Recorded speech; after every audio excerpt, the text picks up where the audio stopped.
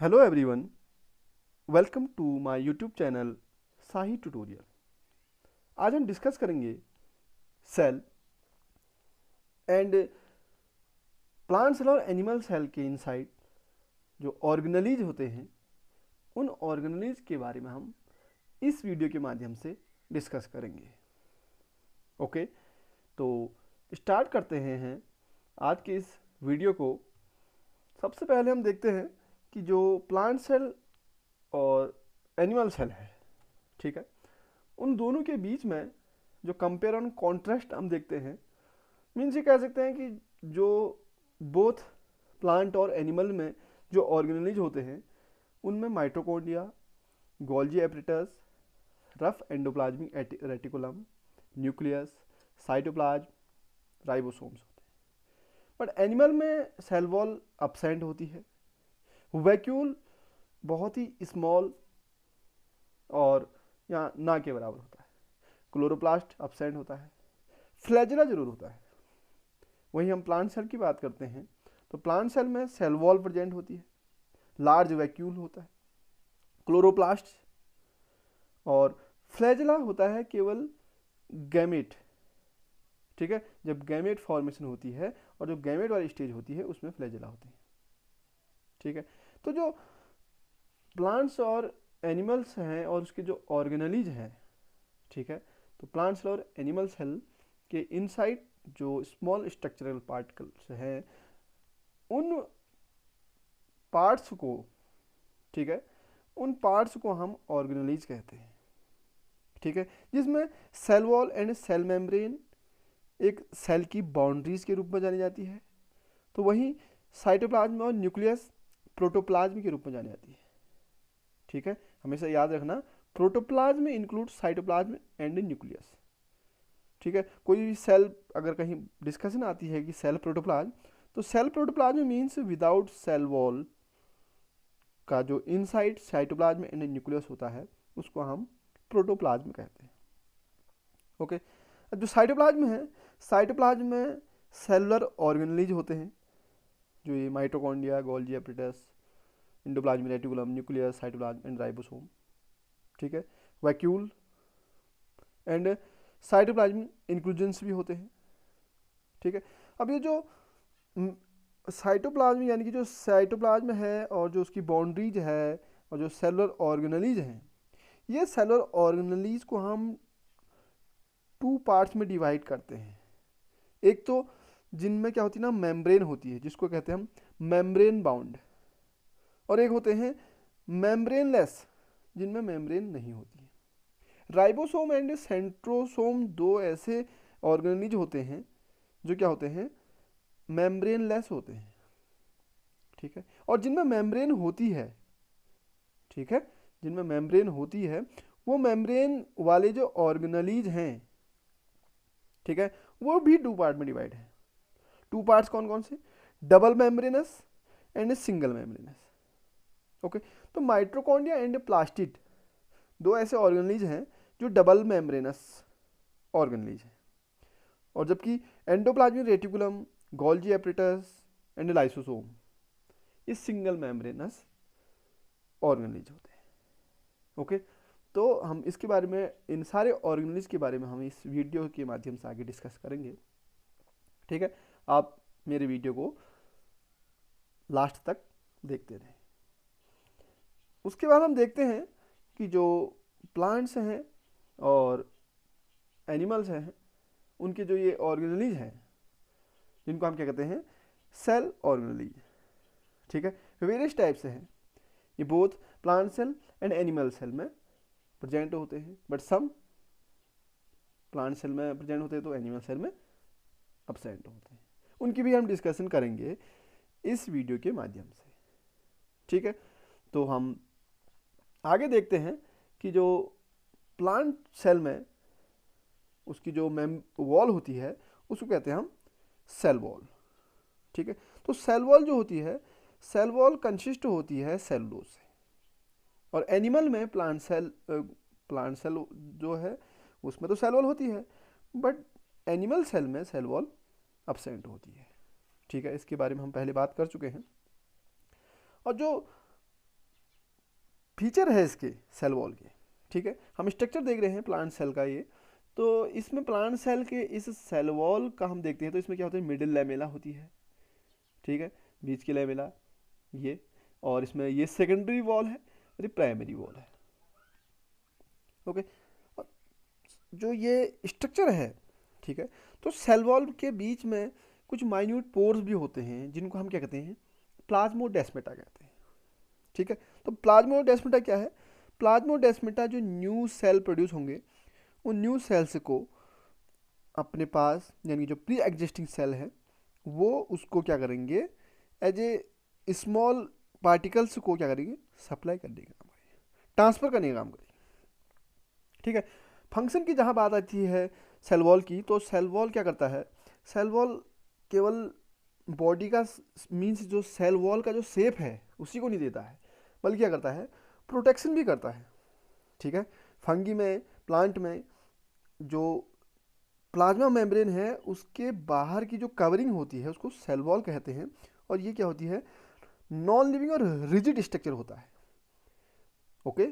याद रखें कि सेल वॉल क्या होती है, नॉन लिविंग रिजिड स्ट्रक्चर होती है, ठीक है। और ये क्या होती है, शेप भी देती है सेल को, ठीक है। और इनसाइड के ऑर्गेनेल्स की क्या करती है, प्रोटेक्शन करती है, okay. And provide mechanical support provide कराती है, ठीक है।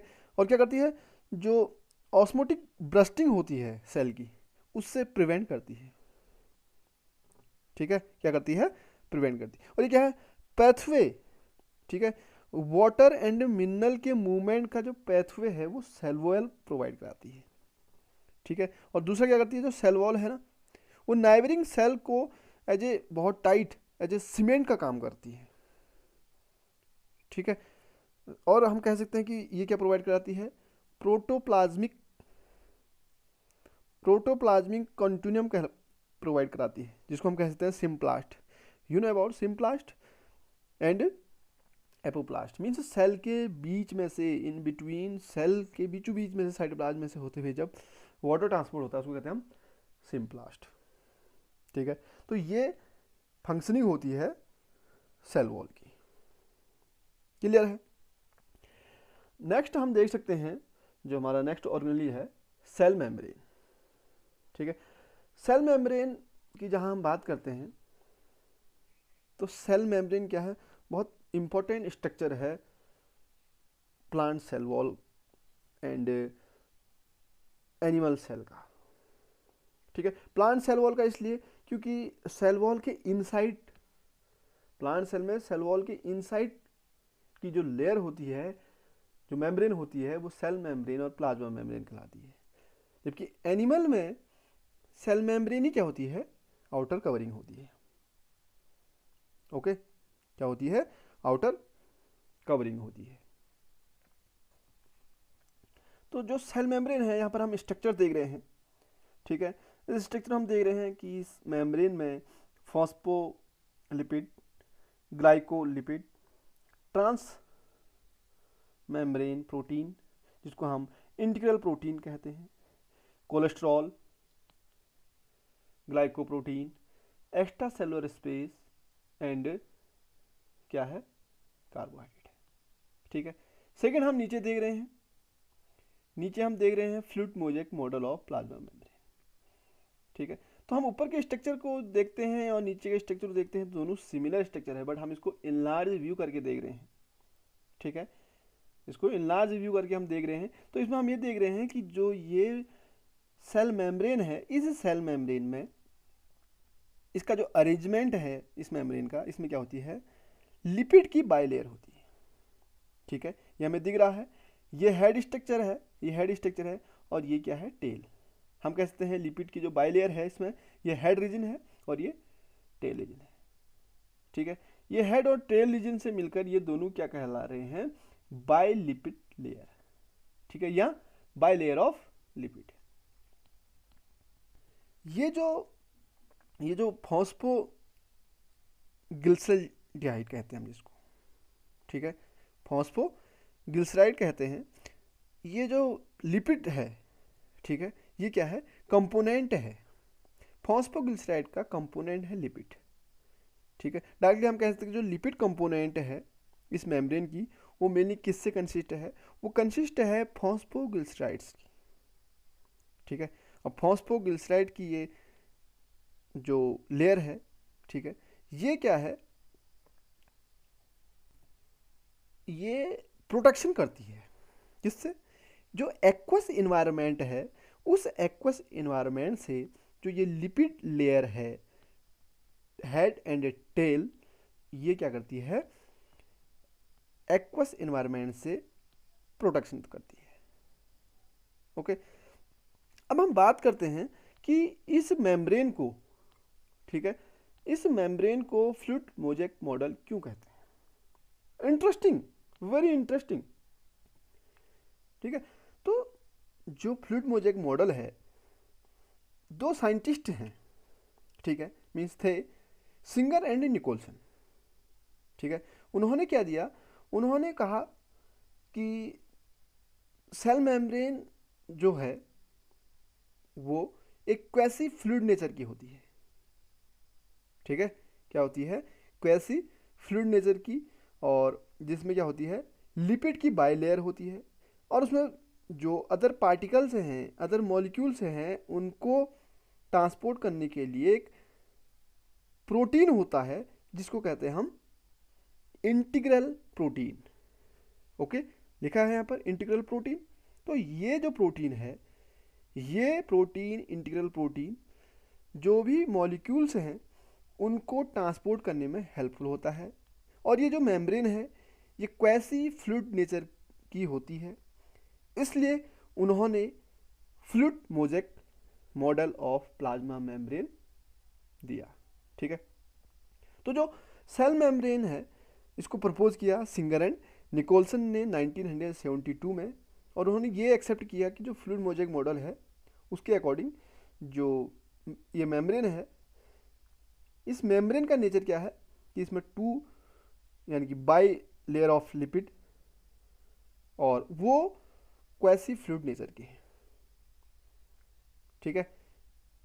इसको दिया उन्होंने फ्लूइड मोज़ेक मॉडल नाम। ओके, अब ये जो फ्लूइड नेचर है इस मेम्ब्रेन का, इसकी इंपॉर्टेंसी क्या है, इसकी इंपॉर्टेंस ये है कि ये फंक्शनिंग करता है सेल की ग्रोथ के लिए, फॉर्मेशन ऑफ इंटरसेलुलर जंक्शन के लिए, सिक्रीशन के लिए, इंडोसाइटोसिस के लिए, एंड सेल डिवीजन के लिए, ठीक है। तो वेरी इंपॉर्टेंट फंक्शनिंग होती है इस फ्लूइड नेचर के मेम्ब्रेन, सेल मेम्ब्रेन की। इसीलिए उन्होंने इस सेल मेम्ब्रेन, इस प्लाज्मा मेम्ब्रेन का नाम दिया fluid mosaic model of plasma membrane. Okay, तो जो ये प्लाज्मा मेम्ब्रेन है इसका काम क्या होता है, इसमें जो ये प्रोटीन है, ये प्रोटीन ट्रांसपोर्ट करता है मॉलिक्यूल्स को, ठीक है। और ट्रांसपोर्ट दो तरीके से ट्रांसपोर्ट करता है, एक पैसिव ट्रांसपोर्ट एंड एक एक्टिव ट्रांसपोर्ट, ठीक है। तो जो पैसिव ट्रांसपोर्ट होती है उसमें विदाउट रिक्वायरमेंट ऑफ एनर्जी ये क्या करता है, मॉलिक्यूल्स को ट्रांसपोर्ट करता है, ठीक है। और एक्टिव ट्रांसपोर्ट में क्या होती है, रिक्वायरमेंट होती है एनर्जी की, और फिर क्या करता है, ये मेम्ब्रेन मॉलिक्यूल्स को ट्रांसपोर्ट करता है। ओके, तो ये है सेल मेम्ब्रेन, ठीक है। अब हम इसमें अगर सेल वॉल और सेल मेम्ब्रेन के बीच में डिफरेंस देखते हैं, डिफरेंस क्या है, सेल वॉल तो होती है रिजिड थिक स्ट्रक्चर होता है, ठीक है, जबकि जो सेल मेम्ब्रेन है ये क्या है, डेलिकेट है, ठीक है, और थिन स्ट्रक्चर है। सेल वॉल सेलुलोज से बना होता है, जबकि जो प्लाज्मा मेम्ब्रेन यानी कि जो सेल मेम्ब्रेन है ये किससे बनी हुई है, ये लिपिड की बनी है, प्रोटीन्स की बनी है, और स्मॉल अमाउंट में क्या है, कार्बोहाइड्रेट, ठीक है। नेक्स्ट हम देखते हैं तो जो प्लांट सेल है, ठीक है, जो प्लांट सेल यानी कि जो उसमें सेल वॉल है वो प्लांट सेल में है, बैक्टीरियम में है, फंगस में सेल वॉल है, ठीक है, जबकि जो सेल मेम्ब्रेन है वो ऑल सेल, सभी टाइप के सेल्स में क्या होती है, सेल मेम्ब्रेन होती है, ठीक है। और जो सेल वॉल है वो शेप और प्रोटेक्शन को डिटरमाइन करती है, जबकि जो प्लाज्मा मेम्ब्रेन है, ठीक है, प्लाज्मा मेम्ब्रेन क्या करती है, प्लाज्मा मेम्ब्रेन ट्रांसपोर्ट का काम करती है, मोस्टली प्रोटेक्शन का काम भी करती है प्रोटोप्लाज्म का, ठीक है। विदाउट सेल वॉल की जो सेल है वो क्या है, प्रोटोप्लाज्म है, तो प्रोटोप्लाज्म क्या करती है, प्रोटेक्शन करती है, ठीक है। अब हम बात करते हैं next, Golgi apparatus. You know Golgi apparatus? एक कैमिलो गोल्जी नाम के साइंटिस्ट थे जिन्होंने 1898 में एक डेंस स्टेन रेटिकुलर स्ट्रक्चर को ऑब्जर्व किया, जो कहाँ पर होता है, न्यूक्लियस के नियर। आपने देखा होगा सेल में न्यूक्लियस के नियर एक स्ट्रक्चर होता है जिसको हम कहते हैं गोल्जी एपरेटस और गोल्जी बॉडीज, ठीक है। तो कैमिलो गोल्जी ने 1898 में इसको ऑब्जर्व किया था कि एक डेंस स्टेन्ड रेटिकुलर स्ट्रक्चर है, ठीक है। और फिर उन्होंने क्या किया, इसका नाम गोल्जी बॉडीज, ठीक है, लेटर इसका नाम फिर क्या रख दिया उन्होंने, गोल्जी बॉडीज। ये जो गोल्जी बॉडीज है ये कंसिस्ट होती है मेनली फ्लैट डिस्क शेप के सैक से, सिस्टर्नी हम जिसको कहते हैं, ठीक है। इसमें लिखा है सिस्टर्नी, ठीक है। ये जो सिस्टर्नी है, ठीक है, ये कैसे हैं, ये सिस्टर्नी है डिस्क शेप के, फ्लैट, ठीक है, और जिनका जो डायमीटर होगा कितना है, 0.5 म्यू टू 1 म्यू डायमीटर, ठीक है। अब ये जो गोल्जी बॉडीज है, ठीक है, इन गोल्जी बॉडीज में 2 फेस होते हैं, एक cis face and second trans face, ठीक है। हमने इस वीडियो के माध्यम से ये दिखाने की कोशिश की है कि जो गोल्जी एपरेटस हैं या जो भी सेल ऑर्गेनेलिज हैं उनके 2 डायग्राम है, 2 उनके ऑर्गेनेलिज हैं सेल के, ये है एक ही, पर उनको हमने अलग अलग व्यू से हमने उनको दिखाया है इस वीडियो के माध्यम से, ठीक है। तो ये भी गोल्जी एपरेटस है, ये भी गोल्जी एपरेटस है। न्यू वेसिकल्स फॉर्मिंग होते हैं, ये ट्रांसफेज है, सिक्योरिटी वेसिकल्स फ्रॉम ट्रांसफेज, ठीक है। ये transport vesicle from rough endoplasmic reticulum, ये सिस्टर्नी है जिससे बना होता है, ये सिस फेस है, ठीक है। तो 2 फेस हैं गोल्जी एपरेटस के, cis phase and trans phase, okay. तो सिस फेज और ट्रांस फेज की स्टडी हम इस वीडियो के माध्यम से कर रहे हैं, ओके। तो सिस फेज क्या है, सिस फेज मीन्स ये एक ऐसा फेस है इस गोल्जी एपरेटस का जो क्या करता है, कॉन्वेक्स, ठीक है।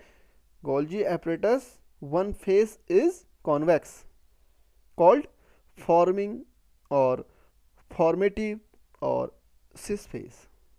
Second face is concave known as maturing phase, जिसको कहते हैं हम ट्रांस फेज, ओके। तो सिस फेज क्या है, सिस फेज कॉन्वेक्स फेज है जहाँ पर फॉर्मिंग एंड फॉर्मेटिव फेज के नाम से हम इसको जानते हैं, और जो ट्रांस फेज है वो क्या है, मैच्योरिंग फेज है, ठीक है।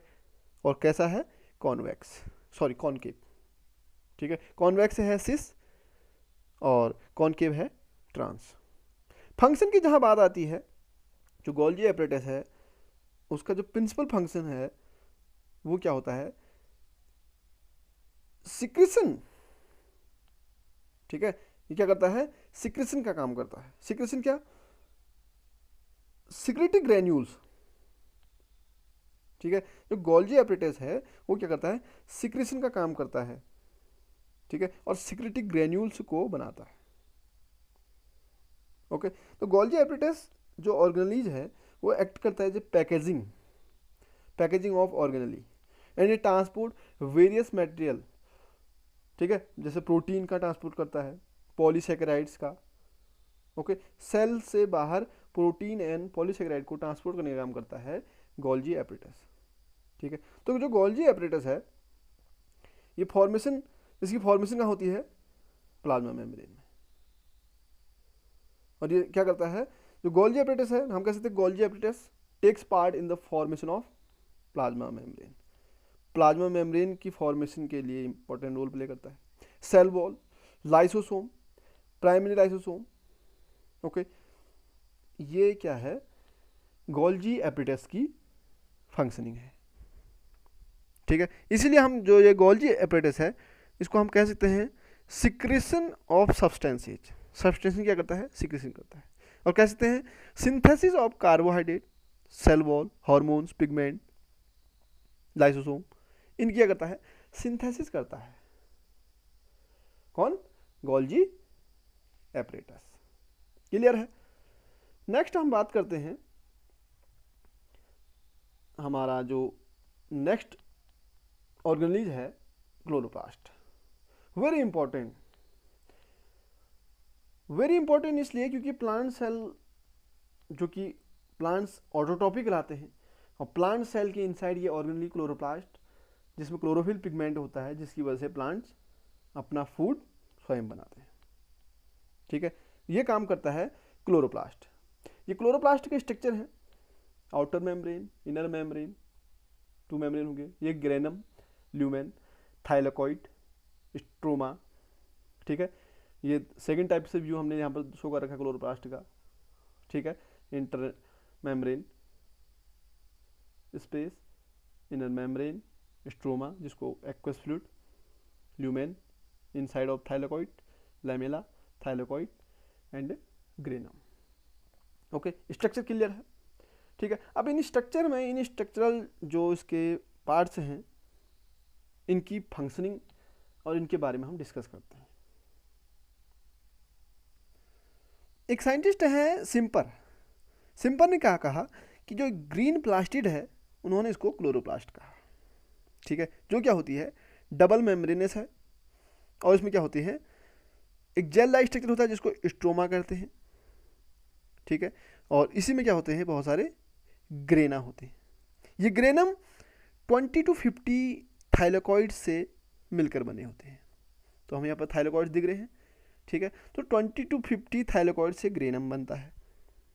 ठीक है, और ये जो थाइलेकॉइड है, ठीक है, ये क्लोरोप्लास्ट में जो थाइलेकॉइड है, जिसके 20-50 थाइलेकॉइड से ग्रेनम बनता है, इसका काम क्या है कि लाइट को ट्रैप करना फोटोसिंथेसिस के लिए। ठीक है, तो जो थाइलेकॉइड मेम्ब्रेन है वो क्या कंटेन करती है, वो ही कंटेन करती है सिंथेटिक पिगमेंट। ठीक है, जो क्या काम करती है, फोटो सिस्टम का काम करती है। Second, stroma, stroma also contain ribosome और सर्कुलर डीएनए। अपने साथ साथ ribosome and circular DNA molecules को स्ट्रोमा क्या करती है, अपने पास रखती है, यानी कि उसमें कंटेन होते हैं। ठीक है, तो ये क्या है, क्लोरोप्लास्ट।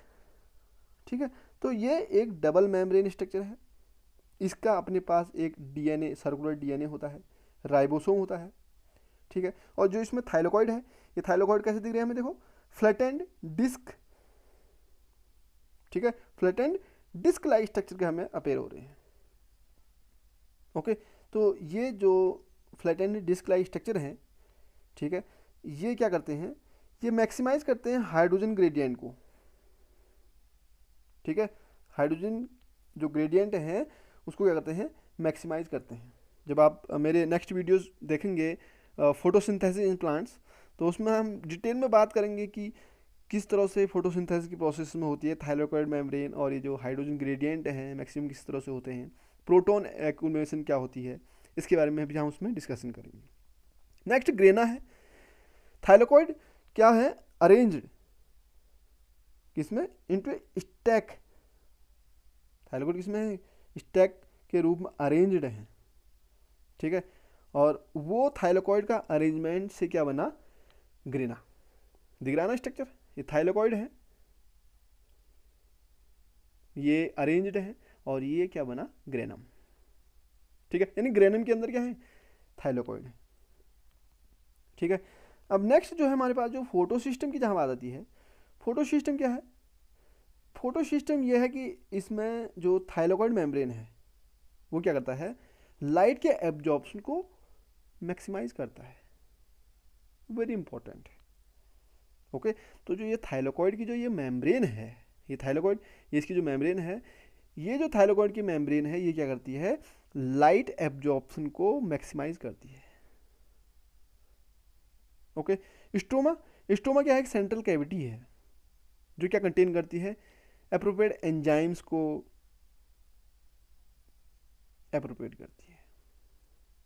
ठीक है, अपने पास कंटेन करती है इन एप्रोप्रिएट एंजाइम्स को। ठीक है, सूटेबल पीएच, और जो केल्विन साइकिल, ठीक है, केल्विन नाम के एक साइंटिस्ट है जिन्होंने एक साइकिल को नाम दिया था, जो कि हम अभी फोटोसिंथेसिस की प्रोसेस में पढ़ेंगे, ठीक है, उसके लिए भी क्या है कि जो स्ट्रोमा है वो रिस्पॉन्सिबल है, ठीक है। अब इसमें एक स्ट्रक्चर हमें और दिख रहा है, लैमेला, ठीक है। तो जो लैमेला है ये कनेक्ट होती है और क्या करती है, कनेक्ट भी होती है एंड सेपरेट थाइलेकॉइड स्टैक्स, और ये भी क्या करती है, फोटोसिंथेटिक इफिशियंसी को मैक्सिमाइज करती है, ठीक है। तो ये क्या है, क्लोरोप्लास्ट, ठीक है, ये ऑर्गेनिज है क्लोरोप्लास्ट, फोटोसिंथेसिस के लिए हेल्पफुल होती है, फंक्शन की जहां बात आती है। लाइट एनर्जी को केमिकल एनर्जी में कन्वर्ट करता है, जिसमें क्या होता है, एनर्जी का ट्रांसडक्शन होता है। सिंथेसिस ऑफ फैटी एसिड, ठीक है, फैटी एसिड का सिंथेसिस करता है, लिपिड को स्टोरेज करता है, ठीक है। और जो मेजर फंक्शनिंग है इसकी, ये फोटोसिंथेसिस की प्रोसेस में हेल्पफुल है, जिससे प्लांट्स अपना फूड स्वयं बनाते हैं, ठीक है। तो ये था हमारा क्लोरोप्लास्ट। अब हम नेक्स्ट देखते हैं एंडोप्लाज्मिक रेटिकुलम। एंडोप्लाज्मिक रेटिकुलम आपने देखा होगा, न्यूक्लियस, सेल के इनसाइड न्यूक्लियस, न्यूक्लियस में अटैच्ड होते हैं ये ऑर्गेनेली, ये न्यूक्लियस, ये न्यूक्लियर मेम्ब्रेन, ये बीच में इसकी पोर जिसको न्यूक्लियर पोर कह रहे हैं हम, इनसाइड न्यूक्लियोलस, ठीक है, इसके साथ अटैच्ड होता है endoplasmic reticulum, smooth endoplasmic reticulum and rough endoplasmic reticulum. Okay, यहाँ पर भी हम देख रहे हैं, सेकंड व्यू से हम देखते हैं, ये nucleus, nuclear envelope, ribosome attached है एंडोप्लाज्मिक रेटिकुलम, तो rough endoplasmic reticulum, without ribosome smooth endoplasmic reticulum. Okay, तो smooth endoplasmic reticulum without ribosomes वाला होता है, और जो रफ एंडोप्लाज्मिक रेटिकुलम होता है उस रेटिकुलम में राइबोसोम्स अटैच्ड होते हैं, इसलिए उसको रफ एंडोप्लाज्मिक रेटिकुलम कहते हैं। और राइबोसोम होते हैं, तो ribosome ribosome factory of protein, ribosome को हम प्रोटीन फैक्ट्री के नाम से जानते हैं। तो ऑब्वियसली जो रफ एंडोप्लाज्मिक रेटिकुलम है वो क्या करेंगे, वो प्रोटीन को सिंथेसाइज करेंगे। ओके, तो जो एंडोप्लाज्मिक रेटिकुलम है, ठीक है, इसको डिस्कवर किया था पॉर्टर एंड थॉम्पसन ने, ठीक है, पॉर्टर एंड थॉम्पसन, ठीक है। उन्होंने क्या किया था, एंडोप्लाज्मिक रेटिकुलम को डिस्कवर किया था, और उन्होंने ये बताया कि ये क्या है, एक फ्लैटेंड मेम्ब्रेन बाउंड सेक लाइक स्ट्रक्चर है, जिसको हम कह सकते हैं सिस्टर्नी फॉर्मिक ट्यूब्यूल्स, ठीक है। अब ये जो स्मूथ एंडोप्लाज्मिक रेटिकुलम और रफ एंडोप्लाज्मिक रेटिकुलम है, हमने बात की कि स्मूथ में क्या है, राइबोसोम नहीं है, इनकी फ्री ऑफ राइबोसोम है, ठीक है। और जो स्मूथ एंडोप्लाज्मिक रेटिकुलम है उसमें क्या होते हैं, ट्यूब्यूल्स एंड वेसिकल्स होते हैं, ठीक है। और जो रफ एंडोप्लाज्मिक रेटिकुलम है उसमें राइबोसोम अटैच्ड होते हैं उसके सरफेस पे, ठीक है। और उसमें क्या किससे कंसिस्ट होता है, वो सिस्टर्नी एंड राइबोसोम से, इसलिए वो क्या हो गया, रफ एंडोप्लाज्मिक रेटिकुलम। फंक्शनिंग क्या हो गई, फंक्शन हो गई एंडोप्लाज्मिक रेटिकुलम की, वो क्या करता है ना, ट्रांसपोर्ट ऑफ प्रोटीन, ठीक है, प्रोटीन को ट्रांसपोर्ट करता है, ठीक है। प्रोटीन को ट्रांसपोर्ट कैसे करेगा, क्योंकि रफ एंडोप्लाज्मिक रेटिकुलम में राइबोसोम होते हैं, राइबोसोम प्रोटीन को सिंथेसाइज करते हैं और उस प्रोटीन को फिर वो क्या करता है, ट्रांसपोर्ट करता है, ठीक है। जबकि जो स्मूथ एंडोप्लाज्मिक रेटिकुलम है वो क्या है, वो है site of lipid and steroid synthesis. जबकि जो स्मूथ एंडोप्लाज्मिक रेटिकुलम है उसमें लिपिड और स्टेरॉइड सिंथेसाइज होता है, ठीक है। तो ये था एंडोप्लाज्मिक रेटिकुलम। नेक्स्ट हम बात करते हैं न्यूक्लियस। ओके, न्यूक्लियस, न्यूक्लियस क्या है, largest cell organelle enclosed by envelope of two membrane, जैसे कि हमें स्ट्रक्चर में दिख रहा है, टू मेम्ब्रेन है, हमने दोनों जगह देख रखा है, यहाँ पर भी एक व्यू है, सेकंड ये है, ये टू मेम्ब्रेन है, ठीक है। इसमें messenger RNA, chromatin, a thread like structure, nuclear pore बीच में मेम्ब्रेन के बीच में है, न्यूक्लियोप्लाज्म, न्यूक्लियस के इनसाइड का जो प्लाज्मा है, न्यूक्लियर प्लाज्म। न्यूक्लियोलस, एक और स्ट्रक्चर हमें न्यूक्लियस के अंदर दिख रहा है, न्यूक्लियोलस, न्यूक्लियर मेम्ब्रेन, एंड इसके साथ ही एंडोप्लाज्मिक रेटिकुलम अटैच्ड होता है न्यूक्लियर मेम्ब्रेन के साथ ही, ठीक है। और उसमें अगर राइबोसोम है उस एंडोप्लाज्मिक रेटिकुलम में, तो वो क्या है, रफ एंडोप्लाज्मिक रेटिकुलम, ठीक है। यहाँ पर हम देख रहे हैं इसी के न्यूक्लियस का स्ट्रक्चर में, तो ये न्यूक्लियस है, इस न्यूक्लियस में ये राइबोसोम अटैच्ड है, देखिए, तो इसके मेम्ब्रेन में, और ये एंडोप्लाज्मिक रेटिकुलम है, इसमें राइबोसोम अटैच्ड हैं, तो ये रफ एंडोप्लाज्मिक रेटिकुलम, ठीक है। तो ये nucleolus, chromatin, nucleoplasm, nuclear pore and nuclear envelope. तो जो न्यूक्लियस है वो लार्जेस्ट ऑर्गेनेज है, ठीक है, और 2 मेम्ब्रेन से वो बाउंडेड होता है। रॉबर्ट ब्राउन ने 1831 में इसको डिस्क्राइब किया था, किसको, न्यूक्लियस को, और किस में देखा, जो ऑर्चिड रूट सेल है उसमें इन्होंने देखा, किसने, रॉबर्ट ब्राउन ने ऑर्चिड रूट सेल में न्यूक्लियस को 1831 में देखा और डिस्क्राइब किया न्यूक्लियस के बारे में, ठीक है, कि जो न्यूक्लियस है इसके इनसाइड क्या है, क्रोमेटिन से है, न्यूक्लियोप्लाज्मा है, उस न्यूक्लियोप्लाज्मा में क्रोमेटिन होते हैं जो थ्रेड लाइक स्ट्रक्चर के होते हैं, ठीक है। वो डुप्लीकेशन करके, क्योंकि उसके इनसाइड डीएनए एंड जीन्स हैं, उन डीएनए और जीन्स में यानी कि डीएनए में डुप्लीकेशन होती है, जिससे एक थिक स्ट्रक्चर फॉर्म होता है जिसको कहते हैं क्रोमोसोम, ठीक है। अगर हम केमिकली कंपोज की बात करते हैं तो इसमें DNA 9 to 12% DNA, basic protein histones 15%, remaining enzymes, acid protein and जो न्यूट्रल प्रोटीन है वो 65%, 5% आरएनए, 3% लिपिड्स, ठीक है, एंड अदर मिनरल्स होते हैं जैसे कैल्शियम है, मैग्नीशियम है, पोटेशियम है एंड सोडियम। इतने चीज़ों को क्रोमोसोम में और जो न्यूक्लियस है उसके इनसाइड ट्रेस किया गया, ठीक है। इस जो न्यूक्लियस है इसके इनसाइड इतनी सारी चीज़ें देखी गई, मीन्स हम कह सकते हैं कि क्या हो गया, केमिकल कंपोजिशन हो गया। केमिकल कंपोजिशन में DNA, enzyme, protein, lipid, minerals, ये सब किसमें होते हैं, न्यूक्लियोप्लाज्मा में। फंक्शन की जहां बात आती है, क्रोमोसोम कंटेन करता है डीएनए, जीन्स, ठीक है, जो क्या होते हैं, इनहेरिटेंस मॉलिक्यूल होते हैं, ठीक है, क्या होते हैं, इनहेरिटेंस मॉलिक्यूल होते हैं, जिसको कह सकते हैं हम जेनेटिक मटेरियल, जीन्स। दूसरा, nuclear division is the basis of cell replication and उसको कहते हैं हम रिप्रोडक्शन। जब न्यूक्लियर डिवीजन होता है वो क्या है, सेल रेप्लिकेशन का बेस है, ठीक है, जिसको हम कहते हैं कैरियोकाइनेसिस।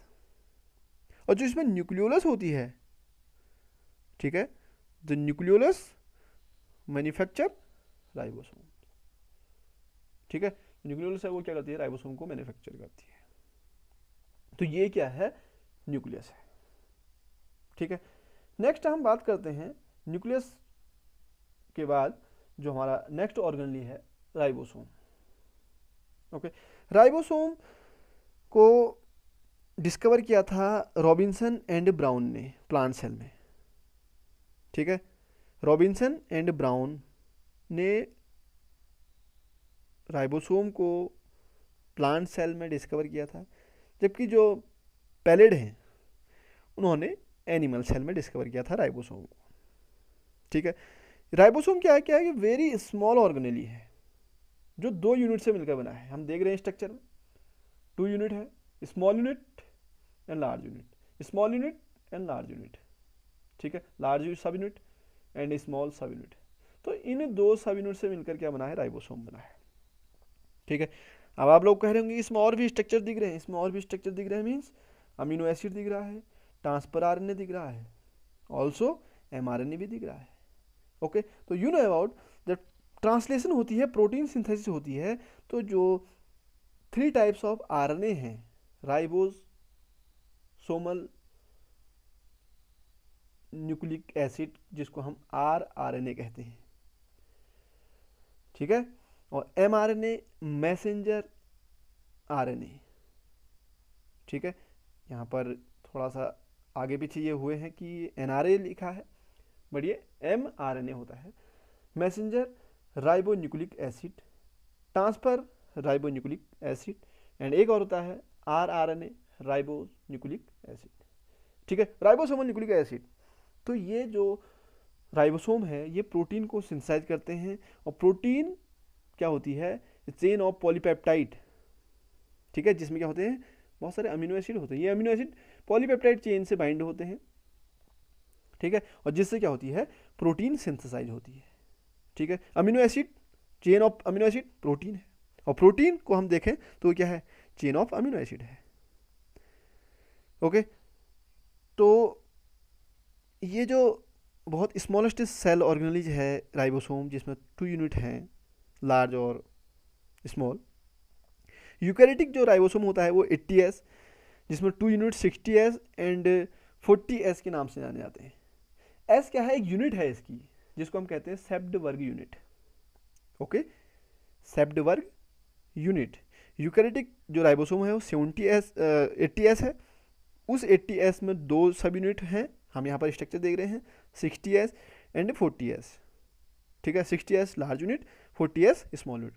प्रोकैरियोटिक जो राइबोसोम होता है वो 70S होता है, जिसमें लार्ज सब यूनिट 50S एंड स्मॉल सब यूनिट 30S, यानी कि S मीन्स सेप्ड वर्ग यूनिट। ठीक है, तो जो राइबोसोम है ये क्या है, नॉन मेम्ब्रेनस ऑर्गेनेज है। ठीक है, और ये क्या करता है, प्रोटीन सिंथेसिस करने का काम करता है। ठीक है, तो इसलिए हम राइबोसोम क्या कहते हैं, कह सकते हैं protein factory, site for protein synthesis. ठीक है, क्योंकि मोस्टली जो इसका काम है प्रोटीन सिंथेसिस, और प्रोटीन की फंक्शनिंग आपको पता है, बिल्डिंग।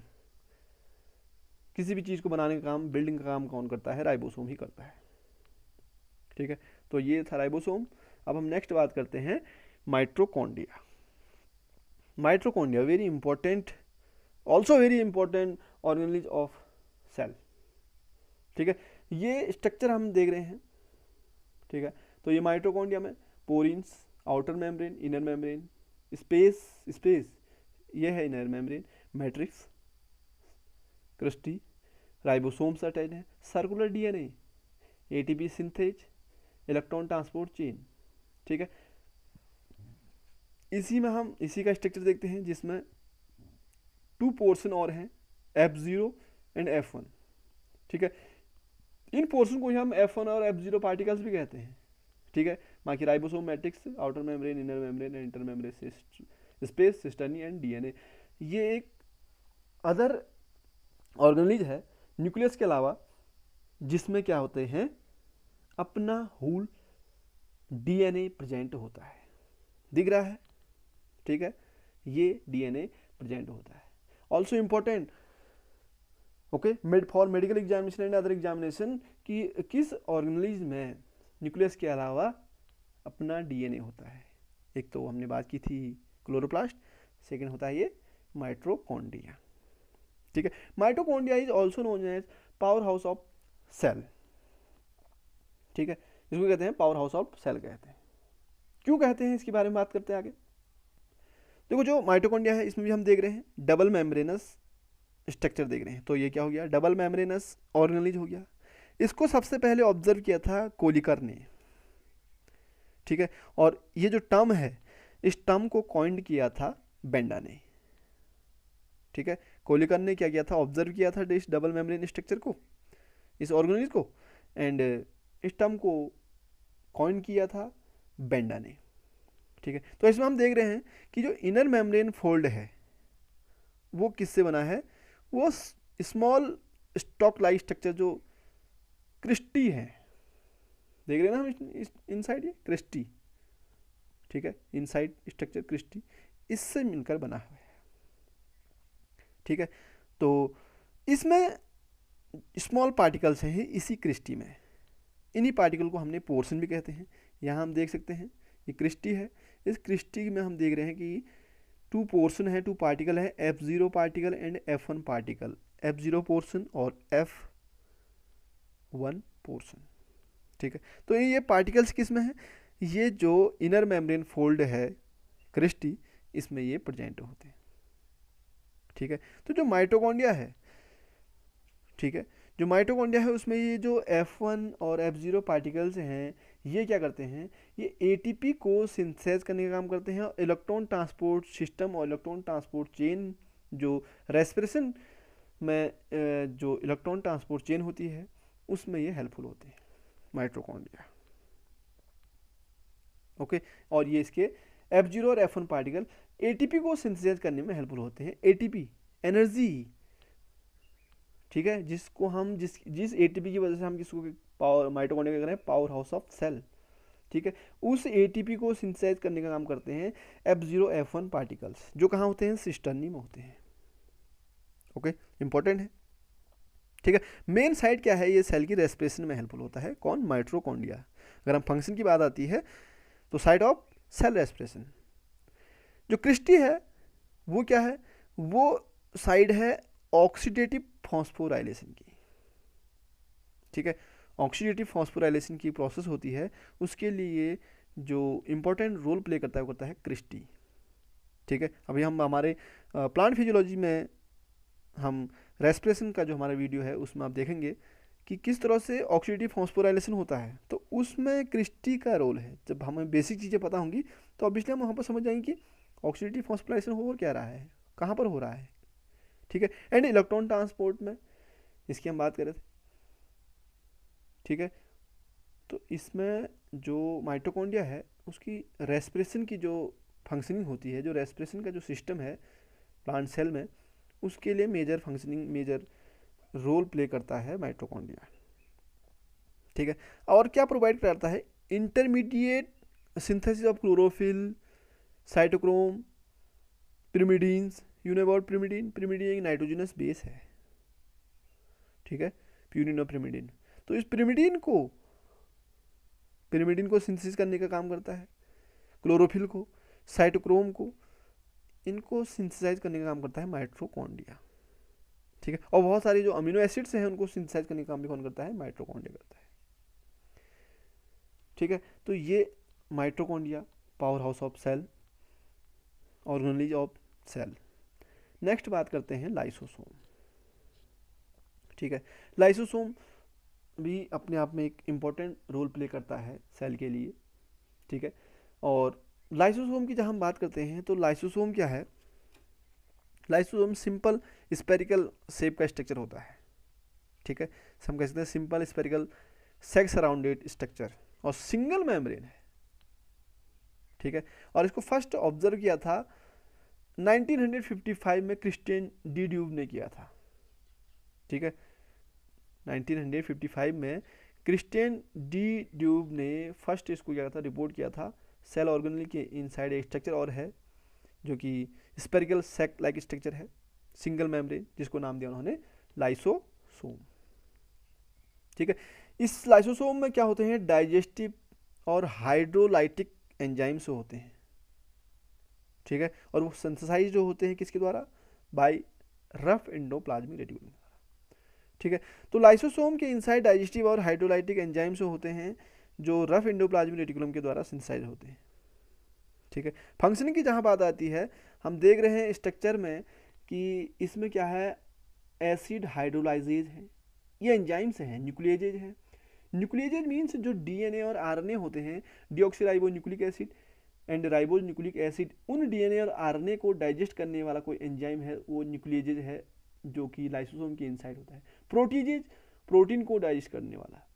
ग्लाइकोसाइडेजेज, लाइपेजेज, लिपिड, कार्बोहाइड्रेट, ठीक है, फॉस्फेट बनाने का काम, ये सारे एंजाइम्स कहाँ होते हैं, लाइसोसोम के इनसाइड, ठीक है। जो क्या करता है, डिग्रेडेशन, बायोसिंथेटिक, एंडोसाइटिक, फैगोसाइटिक, ऑटोफेजिक, ये सारे फंक्शनिंग लाइसोसोम में है, ठीक है। वेरी इंपॉर्टेंट, हम कह सकते हैं कि बहुत इंपॉर्टेंट ऑर्गेनेलिज है ये भी, कि जो क्या कर रहा है, जो इन के जो सेल के इनसाइड अदर ऑर्गेनेलिज हैं, उन ऑर्गेनेलिज में जो भी फंक्शनिंग होती है, उनमें जो भी वेस्ट होता है उसको डाइजेस्ट करने का काम करता है, उसको रिमूव करने का काम करता है, ठीक है।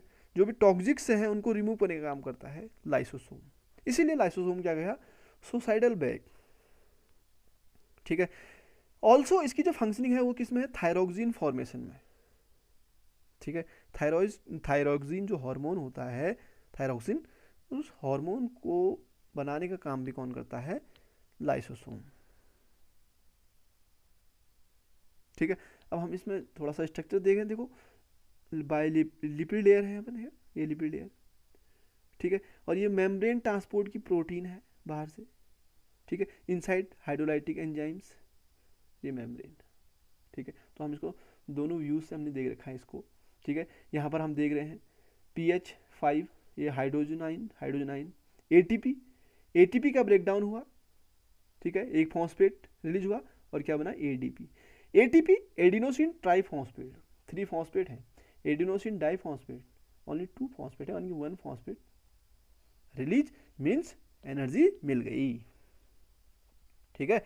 और ATP बनेगी तो एनर्जी रिक्वायरमेंट होगी, और ATP अगर ब्रेक होगा तो फिर क्या होगा, वो एनर्जी रिलीज करेगा, ठीक है। तो ये लाइसोसोम और ये इसकी फंक्शनिंग, ये इसका स्ट्रक्चर, ठीक है।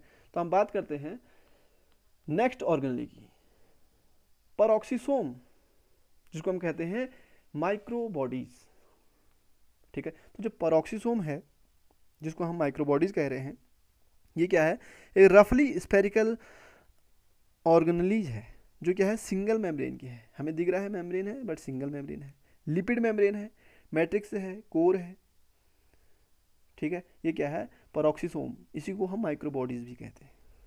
इनसाइड क्या होता है, इनसाइड क्रिस्टलॉइड कोर होता है, ठीक है, इसके इनसाइड क्या है, क्रिस्टलॉइड कोर।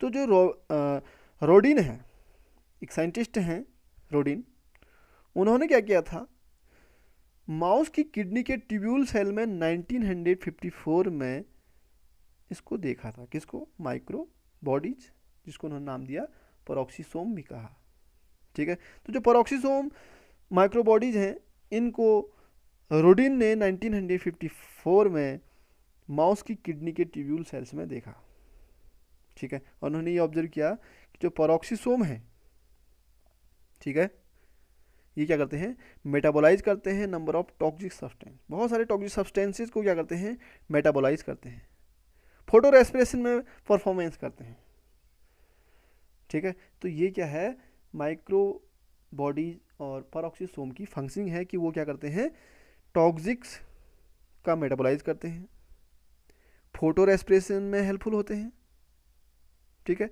और क्या करते हैं, जो ग्लाइक्सोसोम कंटेनिंग एंजाइम्स होते हैं, उनको ये कंटेन करते हैं, जिसमें क्या होता है, जो ग्लाइकोलेट पैथवे होते हैं, या जो फैटी एसिड का जो ऑक्सीडेशन होता है, उसमें इंपॉर्टेंट रोल प्ले करता है ग्लाइक्सिसोम एंजाइम, ठीक है।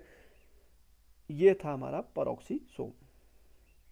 नेक्स्ट हम बात करते हैं वैक्यूल्स। वैक्यूल्स प्लांट सेल में बहुत बड़ा होता है, इस एनिमल सेल में ना के बराबर होता है, छोटा होता है, ठीक है। तो जो ये वैक्यूल है, ये क्या है, एक sex surrounded single membrane structure है, जिसको कहते हैं हम टोनोप्लास्ट, जिसमें क्या होता है, सेल सैप होता है, ठीक है। टोनोप्लास्ट, जिसमें क्या होता है, सेल सैप होता है। बैक्टीरियल सेल में सेल वॉल वैक्यूल नहीं होता है।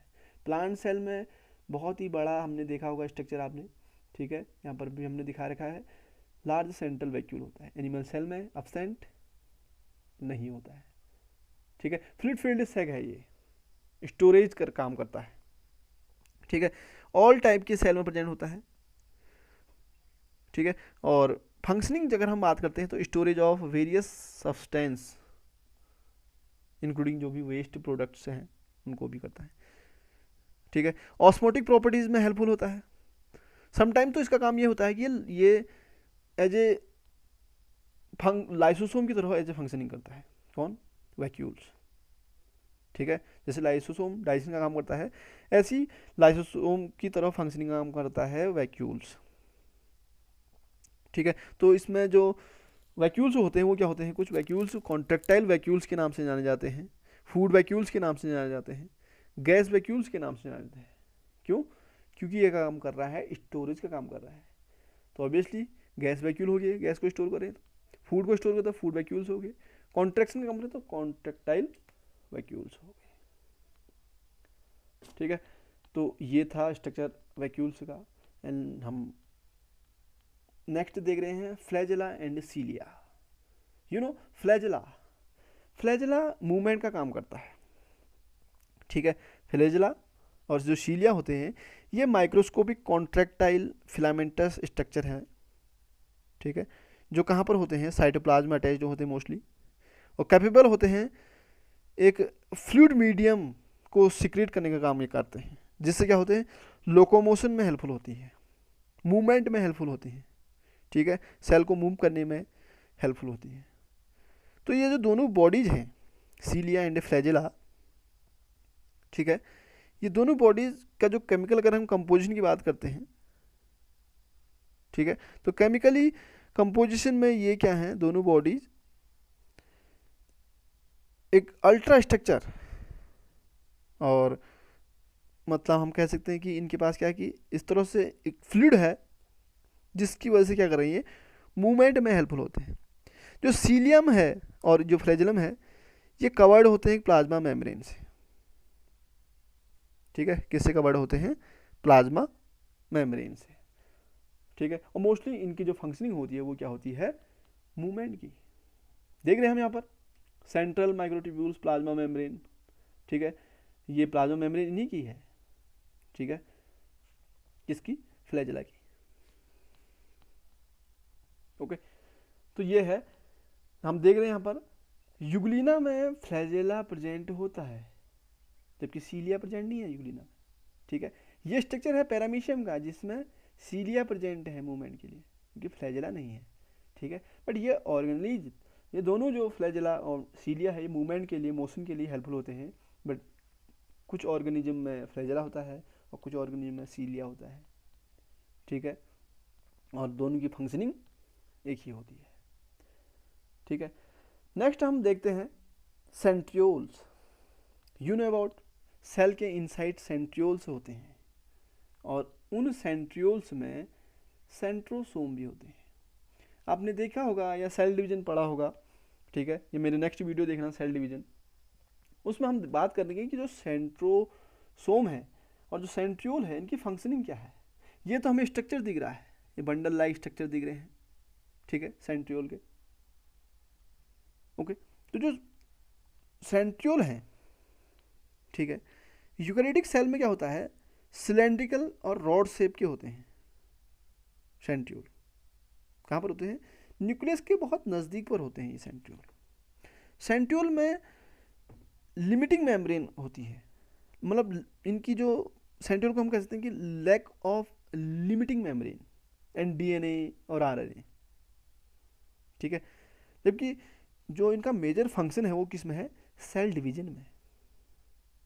ठीक है, सेल डिवीजन में मेजर फंक्शनिंग होती है सेंट्रियोल की। सेंट्रियोल्स कॉमनली क्या होते हैं, देखो पेयर में होते हैं। हम देख रहे हैं यहाँ पर सेंट्रियोल पेयर में है, ये 1 और 2 सेंट्रियोल पेयर में है। ठीक है, ये इनके इनसाइड माइक्रोट्यूब्यूल ट्रिपलेट से मिलकर ये बने हुए हैं। ठीक है, ये सेल डिवीजन हम यहाँ पर देख रहे हैं, तो ये सेल डिवीजन के दोनों साइड पर क्या है, ये सेंट्रियोल ही है। ठीक है, तो सेंट्रियोल की फंक्शनिंग क्या है, हेल्प कोऑर्डिनेट सेल डिवीजन। ठीक है, तो सेंट्रियोल किस में, ओनली इन एनिमल सेल में होते हैं सेंट्रियोल, प्लांट सेल में सेंट्रियोल नहीं होते हैं। Always remember 1 pair in each cell, very very important. Centriole एक पेयर के होते हैं ईच सेल में। ठीक है, स्ट्रक्चर की जहाँ बात करें तो देखो सिलेंड्रिकल बॉडी है, structure arrange at a right angle to one another, found all in animal cell. Formation of spindle fibres during cell division.